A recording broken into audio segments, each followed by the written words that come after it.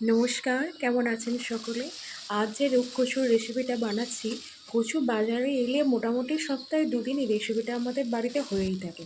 প্রথমে কচু আর আলু ভালো করে তেলেতে জিরে ফোড়ন দিয়ে ভেজে নিতে হবে। তারপরে কাঁচা লঙ্কা, আদা এবং জিরের একটা পেস্ট বানিয়ে নিয়ে সেটার সঙ্গে হলুদ গুঁড়ো দিয়ে ভালো করে কষে নিতে হবে। কষে নিয়ে অল্প পরিমাণ নুন দিয়ে জল দিয়ে ভালো করে চাপা দিয়ে রাখতে হবে। ওতেই কচু আলু যা সিদ্ধ হওয়ার হয়ে যাবে। আর এদিকে বানিয়ে নিচ্ছি গরম গরম ফুলকো ফুলকো আটার রুটি। রুটির সঙ্গে কচু আলুর এই দমটা জাস্ট অসাধারণ লাগে। আমাদের তো সপ্তাহে ২ দিন করে হয় এটা। আর এটা দিয়ে রুটি মানে যে ২টো রুটি খায় সেই দিন ৪টে রুটি খায় এবং চেটে পুটে খেয়ে নেয়। দেখুন কচুগুলো ভালো মতন সিদ্ধ হয়ে গেছে।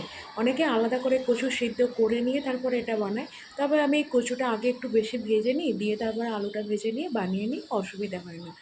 কী যে সুন্দর খেতে হয়েছিল তা কি বলবো। নমস্কার।